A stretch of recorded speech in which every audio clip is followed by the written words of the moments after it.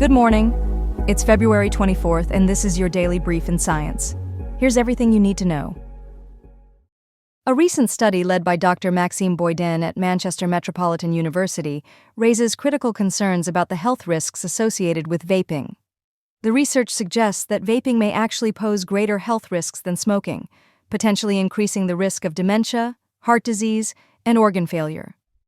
Dr. Boyden highlights that both vapers and smokers suffer similar arterial damage due to nicotine and the harmful chemicals found in e-cigarettes. This study challenges the widespread belief that vaping is significantly less harmful than smoking. Continuous vaping can lead to health issues comparable to those experienced by smokers. Since the introduction of e-cigarettes in 2005, vaping prevalence in the UK has surged, with around 5.1 million users aged 16 and over, particularly among those aged 16 to 24. In 2024, there has been a notable increase in vaping-related lung injuries, with at least 40 children hospitalized in England due to vaping-related respiratory disorders, up from just 11 the previous year. Additionally, emerging links between vaping and mental health issues have been identified, showing that vapers aged 13 to 24 report higher levels of anxiety and depressive symptoms compared to their non-vaping peers. The chemicals in e-cigarettes have also been linked to fertility issues, potentially harming both sperm and eggs and affecting hormonal balance in women.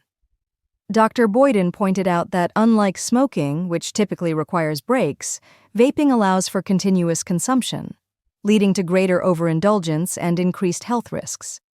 In response to these findings, the UK government is considering a ban on disposable vapes and stricter regulations, while Dr. Boyden advocates for all vaping products to be available only by prescription.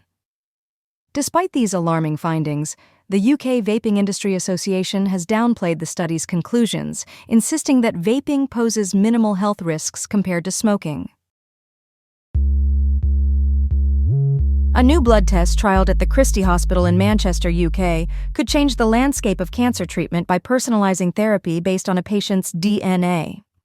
This initiative, known as the Target National Study, aims to identify the most effective cancer treatments for individuals by analyzing circulating DNA from tumors found in the bloodstream. The innovative blood test captures circulating cancer DNA, which is then analyzed to pinpoint specific mutations. This process allows for the development of tailored treatment plans, moving away from traditional generic chemotherapy approaches. One notable case is that of Pamela Garner-Jones, a 78-year-old patient with stage 4 cervical cancer. After being matched to a new immunotherapy drug trial through this blood test, she experienced a significant reduction in her tumor. Garner-Jones described her experience as life-saving, noting improvements in her energy levels and quality of life, which enabled her to engage in social activities and enjoy her garden once again. Dr. Matthew Krebs, the chief investigator of the study, emphasized that this research is making precision medicine more accessible to a broader range of cancer patients. Funded by the Christie Charity and the Sir Bobby Robson Foundation, the study aims to recruit 6,000 patients to assess the effectiveness of this liquid biopsy method in improving patient outcomes.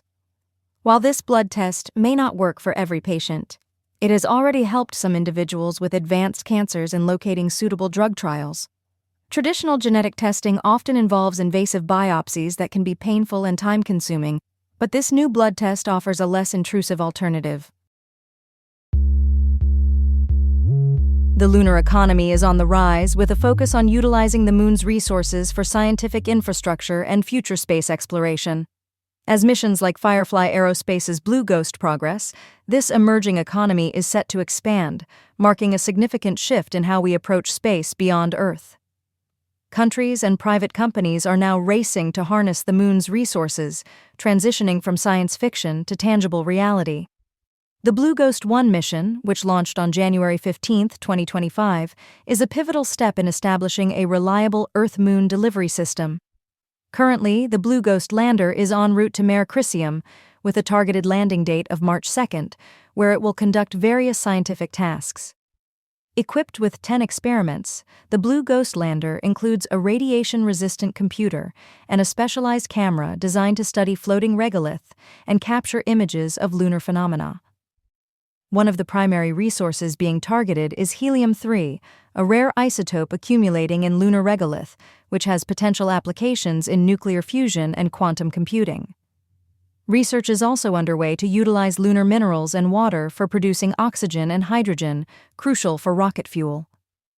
The vision for future lunar infrastructure includes the development of roads, railroads, and concrete, with missions like Blue Ghost laying the groundwork for these advancements. This mission is part of NASA's Commercial Lunar Payload Services initiative, which aims to leverage private sector innovation for lunar exploration, further intensifying the competition in this new lunar gold rush. A recent study from Charité Berlin has uncovered a new risk factor for dementia that could potentially affect up to 40% of the German population, with a particular emphasis on women. The research indicates that adverse childhood experiences, such as abuse, neglect, and domestic violence, can accelerate brain aging and increase the risk of neurodegenerative diseases like dementia. The findings show a significant correlation between early psychosocial stress and accelerated brain aging in women, highlighting how these experiences may elevate the risk for developing disorders such as dementia. Professor Christine Heim, the lead researcher, pointed out that nearly 40% of the population reports having undergone significant childhood stressors, which can leave lasting biological and psychological effects on the brain. Common sources of childhood trauma identified in the study include abuse, neglect, domestic violence, substance abuse, familial crime, and the loss of a parent, impacting an estimated 30% to 40% of individuals. Currently, around 1.8 million people in Germany are living with dementia, making it one of the most prevalent diseases in the country. Professor Matthias Endres, Director of Neurology at Charité, emphasized that these findings reveal previously unrecognized connections and underline the complexity of dementia risk. The study also notes that while some individuals show resilience to adverse experiences, this resilience could influence their likelihood of developing dementia. Notably, not all individuals who experience childhood trauma will go on to develop dementia, as resilience plays a critical role in health outcomes. Professor Heim has stressed the importance of further research to better understand the mechanisms behind these findings and to develop targeted therapies for those at risk. Magnetic resonance imaging, or MR1, was used in the study to analyze participants' brain structures, alongside standardized cognitive tests to assess mental performance. A groundbreaking study from McLean Hospital has unveiled a rare genetic mutation linked to schizophrenia, providing new insights into the disorder. Researchers discovered this mutation in 2 patients with schizophrenia, which prompted the development of a mouse model exhibiting similar genetic traits. The study revealed that this genetic alteration was associated with increased levels of glycine decarboxylase, or GLDC, an enzyme that degrades glycine. This process leads to reduced activation of NMDA receptors, which are essential for neural signaling and cognitive functions, such as learning and memory. In mutant mice, while overall glycine levels remained comparable to healthy mice, the availability of extracellular glycine crucial for NMDA receptor activation was significantly diminished in the dentate gyrus region of the brain. Biochemical analyses confirmed that the elevated GLDC levels and decreased glycine impaired NMDA receptor functionality, contributing to schizophrenia-like behaviors.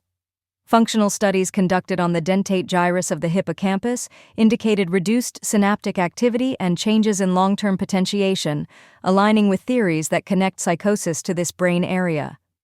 The findings, published in the journal Molecular Psychiatry, underscored GLDC's role as a novel regulator of NMDA receptors, which play critical roles in various brain functions beyond schizophrenia. Uwe Rudolph, the study leader, highlighted the complex genetics of schizophrenia and noted that rare mutations could uncover significant biochemical pathways related to the disorder. The research received substantial support from institutions like the National Institutes of Health and the Shervert-Fraser Research Institute at McLean Hospital. Further investigations indicated that additional copies of GLDC alone were sufficient to induce schizophrenia-like behaviors in mice, reinforcing the genetic connection. Collaborating with German researchers, the team found that glycine levels outside nerve cells in the hippocampus were lower in mutant mice, implicating this area in the observed behavioral changes. This has been your Daily Brief in Science. To read more about these stories, follow the links in the episode bio. You can also subscribe to these updates via email at www.brief.news. For more daily podcasts about the topics you love, visit brief.news/podcasts. Tune in tomorrow. We'll be back with everything you need to know.